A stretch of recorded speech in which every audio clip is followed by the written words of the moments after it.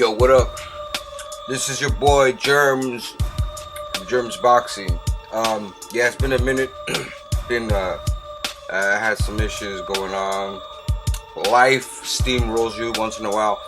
It kind of stops your progress for a minute.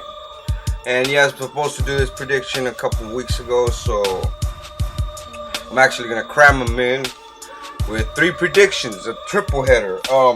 Maidana versus Guerrero, Jorge-Arce versus Nonito Donaire, and Alexander-Povetkin versus Ruslan Chagaev.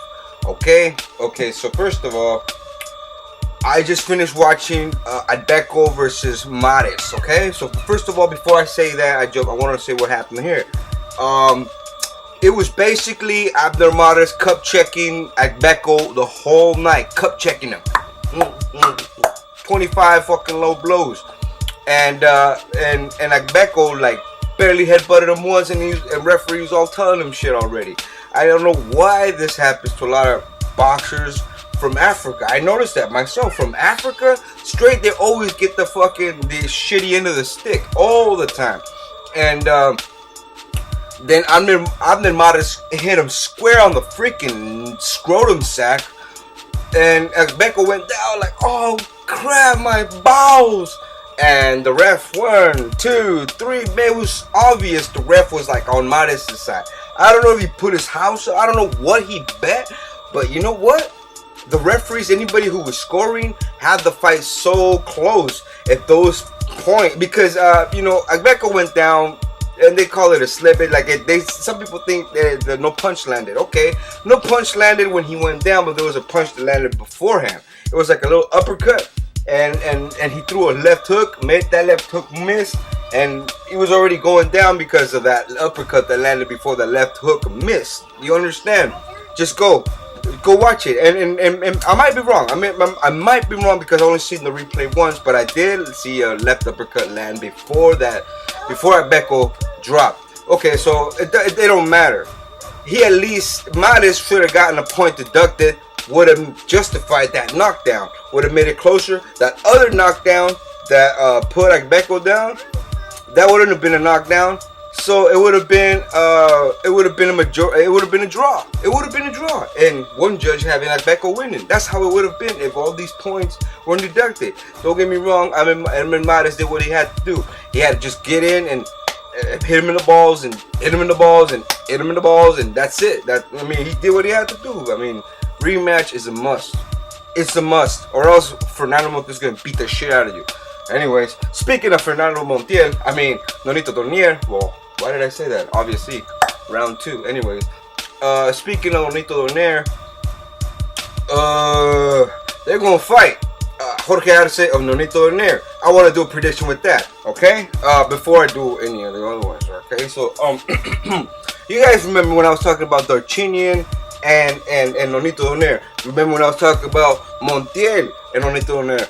I always mention that's check left hook. The check left hook, okay? Check left hook is when the boxer's coming in. Nonito Donaire, what he does, he kind of steps back, throwing the left hook at the same time. Kind of like counter left hook. And at the same time he's countering. Here comes that motherfucking guillotine and off with your head. French style. Guillotine style. You see, Jorge-Arce, he's kind of like a very, very poor man. Skill-wise, would be a poor man's Fernando Montiel. He is not at the level of Fernando Montiel. Fernando Montiel would have kicked the shit out of Arce. Look what Nonito Donaire did to Montiel. And I'm not saying that's how boxing works, because he kicks his ass so that therefore he's going to be... No, that's not how it works. But... you see, Arce is the kind of boxer that if you put him up against a C+ fighter, he'll go down in the trenches, boom, boom, boom, make it into a big old freaking Barrera Morales war. He has that thing. But the thing is this with Arce, lollipop man, that's his trademark. Cowboy hat, blood, and a popsicle. Okay, you see, lollipop, whatever. Fernando, Arce, he has that Mexican got that machismo. Mexican machismo is sometimes puts your face forward. It puts your face forward. It's good on TV fights, like, you know, Telefutura and shit. You know what I mean? Like when you're going up against somebody else who's also face forward. That's the kind of boxers that Jorge Arce does good against. And, you know, I understand why he's in this position because of the last fight that he was into. Another one of those rocky wars. Why we love Arce. But the thing is this: Arce can't pull the trigger like that when it comes to crafty boxers. Arce will get destroyed. You know, Darchinian he's a crab with a heavy hand, and he got Arce got taken out. What was that dude's name? I forgot what his name was. He got taken out on free TV. And I was like, man, that's the end of him. But the way he came back on the undercard of, what was it, Margarito or Shea Mosley, was it? Or was it Shea Mosley Pacquiao? I think it was one of those. But anyways, yeah, it was the Pacquiao Shea Mosley. But anyways, when he came back, I mean, that doesn't mean that he is at the same position where he should be to, you know, to go up against somebody like Montiel, because like Donaire, because Donaire's check left hook is so precise that it can knock anybody out above that. Oh shit! All right, my bad. Just had to deal with something real quick. Anyways, talking about Arce and Nonito Donaire. Okay, so basically, Montiel, I mean, get the fuck out of my head, god damn it. Donaire is too sharp, way too precise for Arce. You might even knock him out, and I wouldn't be surprised if Donaire knocks out Arce in the first round. I wouldn't be surprised. Actually, I would just say he's gonna kill him in the third. You know, because you know we can't completely cancel out Arce's heart, you know, because he does have that red, white, and green with that eagle and the serpent in between, you know, which is the Mexican land, you know what I mean? So he does have that Mexican blood in him, so I'm not canceling him out. That's why I'm giving him 2 more rounds, which is the third round. Donaire is gonna fucking kill Arce in the first, dropping him with that check left hook, because Arce goes head forward, boom, eating that check left hook, and then in round 2, Jorge Arce is gonna start digging that little left hook in the stomach. Everybody's gonna be el travieso is back, you know, and here comes the third, and boom, check left hook, and then boom, check left hook, and that's it. Arce's out in the third. Okay, so anyways, on to the next one. It's Donaire-Povetkin versus Ruslan Chagaev. Okay, Ruslan Chagaev, they call him the White Tyson. Oh great, what's fucking next? A USA boxer called the Black Klitschko? You know what I'm saying? I mean, I can see why he compares himself to Tyson. I mean, none of that speed, one punch power shit. No, it's the bobbing and weaving. The thing is that Ruslan Chagaev is a southpaw. Let's remember that Tyson was a southpaw converted into right-handed too, so maybe he knew something. But anyways, Ruslan Chagaev, he's more like a croucher, you know what I mean? He goes down, he bobs his head, bah, bah, bah, bah. You know, does his combinations and shit. Donaire-Povetkin is the opposite. He doesn't bob his head and doesn't crouch down. He stands straight up, kind of like, you know, kind of like what do you call it? You know, like I was watching. Okay, before I want to talk about that one fight, Tyson Fury versus the fuck was his name? Whatever. You know that I'm talking about that pay-per-view fight. That pay-per-view fight actually had some drama in it because they had 2 mediocre ass heavyweights going at it, struggling with each other, both of them dinging each other. So it was actually pretty fun. They called Tyson Fury the poor man's Klitschko. So if he's the poor man's Klitschko, then, and I would say that Donaire-Povetkin was like the poor man's, he's poor. Anyways, Ruslan Chagaev, Povetkin, that fight is gonna be more Chagaev, okay? Because I remember when he was fighting Eddie Chambers, Povetkin. When Chambers was fighting Povetkin, Chambers was fucking dinging. Povetkin. He was dinging Povetkin so bad that Povetkin had a fucking he had a big old golf ball on his head. He had a boom. He was fighting like this the whole time. It was so comical. It was like a cartoon. It was like a big, almost a hematoma in his eyelids, both. And Chambers was just, and then he just punched himself out. And Chambers would have kicked his ass easy, one-sided, if it wasn't for him just running out. He just stopped throwing. And that's why Povetkin won. And then Povetkin kept getting pulled out of the Klitschko fights because of Teddy Atlas.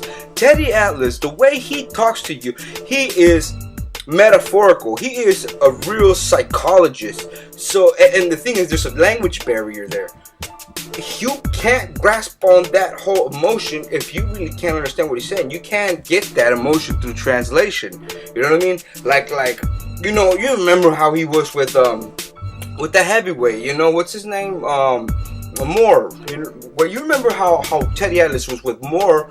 He just gets in your spirit. He gets in your spirit. He lets you know what's going on because he's 90% psychological when it comes to the training part. I don't think Povetkin can latch onto that. So there's a language barrier. There's an emotion barrier. He's not going to get what Teddy Atlas wants to do.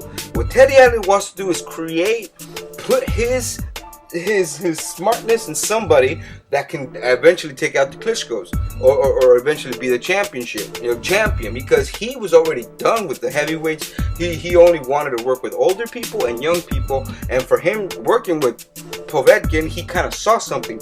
But if he's not throwing him in there with the lions already, then he doesn't see what he thought he saw. He's only in there because he's making the money or whatnot.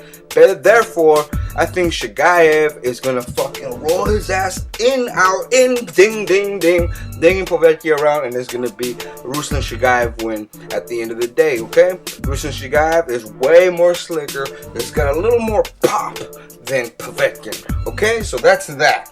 Povetkin is just too stiff for me. He doesn't carry that one punch power, and I think that Ruslan Chagaev, his little craftiness, he's gonna keep getting with his overhand lefts, because you know Ruslan Povetkin is straight up. You know, he's always straight up. You know, Ruslan Chagaev is just not Ruslan Chagaev, but Povetkin. Povetkin straight up, boom, boom. But Ruslan Chagaev is gonna, just do what he had to do. Anyways, on to the next one.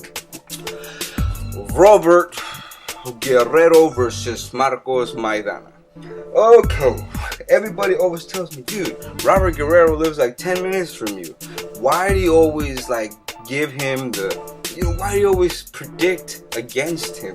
Okay, like when you with Michael Caceres, you said Michael Caceres is gonna beat him. Oh yeah, well, because you gotta remember, Michael Caceres has the kind of pressure that will beat somebody like Guerrero. But you gotta remember, you can't measure heart, you can't measure spirit. At that time, Guerrero was going through some things with his wife, because she was going through that chemotherapy, so that always boosted her up. Talking about Douglas, Mike Tyson, when his mom had passed away recently before he upset Tyson. So there's always extra formulas that go into your heart, into your spirit. You can't even measure love, but it goes in. And sometimes I keep those out of the prediction because I don't know what they're going through personally. And, I'm proven wrong. But Robert Guerrero, I do remember when he did lose. He did lose, okay, because he has one loss officially. Right now he's got one loss. And yet he beat the shit out of that dude he lost to. Okay, I remember that. I remember he reversed, because that's what I look for. If somebody loses, you want to go for the rematch. And if you lose to the guy on the rematch again, and if you did better than you did before, to me, it's a winner in my book. Okay? But when he fought, what was that other cat's name that he fought who just recently won too? Damn, what the hell's his name? It's a Mexican dude, okay? Remember, he fought, he's a Mexican dude. Somewhere, I'll later on you'll find out. But anyways, he fought this Mexican dude, lost to him, okay? He lost to him because, you know what? I have to get his name real quick. Hold on. Oh, that's right. Orlando Salido, that's right. Okay. Alright, here we go. Remember when he fought Orlando Salido? Orlando Salido actually beat the shit out of him. But then they found out that Orlando Salido was on steroids. or he was smoking weed or something. I'm just kidding, no. But supposedly he was on something, some substance. The thing about Orlando Salido, ooh, food's ready. Hold on. Let me do this one real quick. Food's ready. I just want to talk about Orlando Salido. Okay, Orlando Salido had the formula. He has the perfect style that can make, that can give Robert Guerrero a style, his little fits. Because Robert Guerrero, he's more like he's a stalker southpaw, but he's more straight. He's more straight up. You know what I mean? He comes in, moves his head. He does that for the body. But the thing is, Orlando Salido, he's got what you call chopping style. A chopping style is like kind of like wide hooks to the top. And for some reason, Robert Guerrero could boom, boom. He couldn't move it. He couldn't stop him. Those choppers. And he hasn't fought anybody with that style since. He's fought in hookers. You know what I mean? With like Casillas, he's circles, straight circles. But there's a difference between hooks, and then chopping hooks. The difference is that the chopping hooks are a little powerful, but they're whacking and they're more wide. They're more like, but the thing, Marcos Maidana has that same style. Those wide hooks, those machete shot, bah, bah, the same style that Orlando Salido had when he kicked the shit out of Robert Guerrero. So, and Marcos Maidana being the monster that he is right now, I'm gonna give it to Maidana. Because he's got that style that gives fits, and he's gonna beat the shit out of Robert Guerrero. He's gonna make that ghost disappear quick. And I don't even know. I mean, of course I want Guerrero to win, but this is Marcos Maidana. And I just remember, a lot of people forgot about the Orlando Salido fight. Nobody even mentions it. Nobody even says nothing about it. I'm surprised. Why? Because that whole fight, Robert Guerrero was looking so like he looked like he was out of his game. Nobody ever mentions it. Nobody ever does. So when he fought with Jordan, he got cut. Jordan put in pressure. He was actually kicking Guerrero's ass. I saw it live. I was there. And when you put pressure on Guerrero, he does kind of fold mentally a little bit. But when he's the one putting pressure on you, you can't fold him. But Maidana's gonna have to fold Guerrero. And if Guerrero is smart, I'm gonna tell you this, Guerrero, go for the body. Maidana hates that left uppercut to the body. That's what you gotta do. If you don't, Maidana's gonna chop your head off, and that's what I'm gonna say is gonna happen.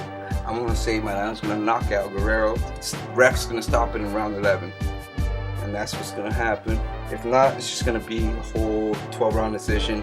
Maidana looking pretty, Guerrero looking dilky, cut up, swollen up like Rocky Balboa, and that's it. And Maidana's what he's gonna do. He's gonna get that tattoo gun that he's got right here on his waistline, take it out, make the ghost disappear. I'm sorry. Anyways, those are the predictions. Those 3 predictions. I had subscribe. I got some more shit coming out. Any questions you got? Oh, by the way, all these predictions were actually suggestions from my subscribers. One's like, hey, do an Arce one. Hey, do Chagaev, Ruslan, and Povetkin. Hey, do Maidana and Guerrero. So yeah, I do listen. I might take time, I might be a lagger or whatever, but at the end of the day, video goes in. Okay, so let me know what you guys want to know. Ask me questions, not just predictions. I like to talk, get down on some conversations. You know what I'm saying? So just let me know what you think. Some guy asked me one time, what do you think of Roy Jones Jr. career? And I rated Roy Jones Jr. fucking video. So what? You know what I mean? Unless they're stupid questions, but hey, whatever. So yeah. Oh yeah, and by the way, my knowledge can go back to John L. Sullivan. So talk to me history. JERMZ boxing. Good. Breakfast is here. Late.